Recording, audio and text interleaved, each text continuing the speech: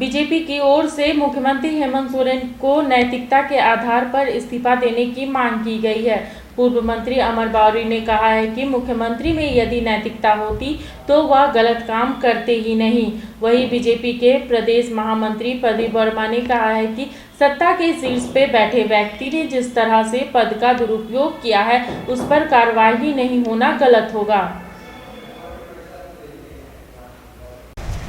देखिए, कुल मिलाकर के झारखंड की जो स्थिति है और जिस प्रकार से सत्ता के शीर्ष पे बैठे हुए व्यक्ति ने पद के दुरुपयोग का एक उदाहरण प्रस्तुत किया, ये देश में हमको लगता है कि एक बड़ा दुर्लभ उदाहरण है।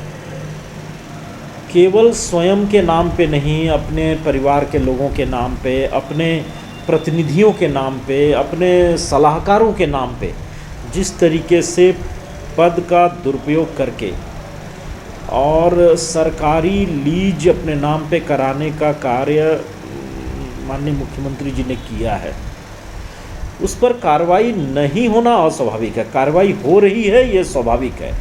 कांग्रेस को ये अस्वाभाविक लग रही है क्योंकि वो इन चीज़ों का हमेशा से समर्थन कर रही है। राज्य की जनता ने अभी भी कांग्रेस के समर्थन से चलने वाली कोड़ा सरकार को जनता भूली नहीं है। तो हमेशा से इस प्रकार की चीज़ों को बढ़ावा देना ये कांग्रेस के स्वभाव में रहा है। फिर से वो अपने स्वभाव के अनुसार वो कार्य कर रही है।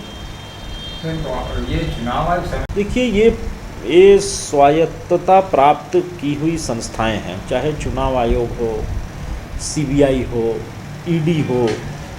तो गलत काम करना, बाद में जब कार्रवाई होना तो उसे पॉलिटिकली मोटिवेटेड है कह के आरोप लगाना, ये सब अपने बचाव में उठाया गया कदम है। कांग्रेस इस प्रकार का स्वभाव तक करती है। ये सभी स्वायत्तता प्राप्त संस्थाएं हैं, स्वायत्त संस्थाएं हैं।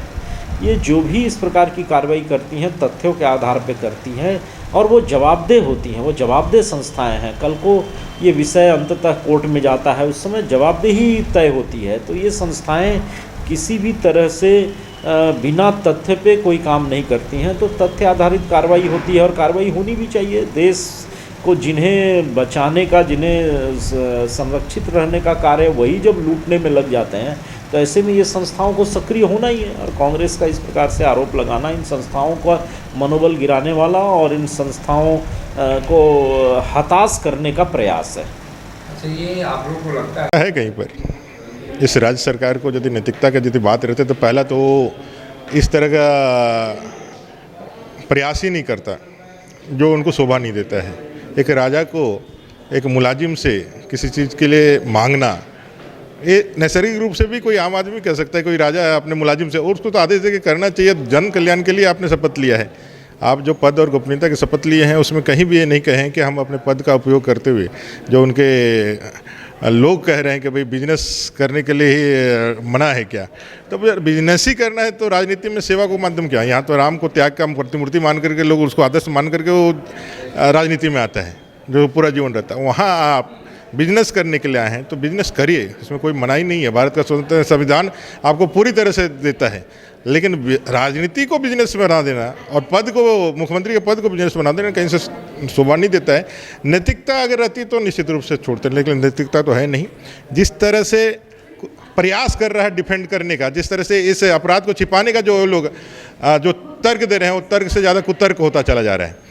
और मुझे लगता है कि भारत के संविधान के अनुरूप कार्य करने वाली एक नियामक संस्था है, ऑटोनोमस बॉडी है, जिसका किसी प्रकार के राज्य का या फिर केंद्र का किसी प्रकार का कोई हस्तक्षेप नहीं है। पूरी तरह से स्वतंत्र संस्था है निर्वाचन आयोग।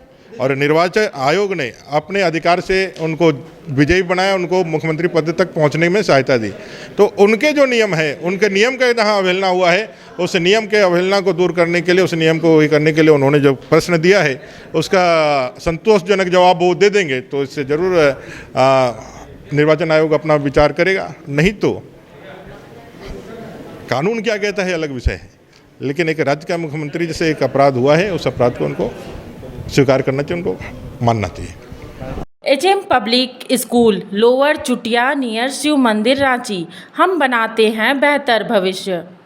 दुर्गा महारानी सेना जिंदाबाद, जिंदाबाद जिंदाबाद। धरती गगन में गूंज रहा है जय माता दी, जय माता दी। पर्वत चमन में गूंज रहा है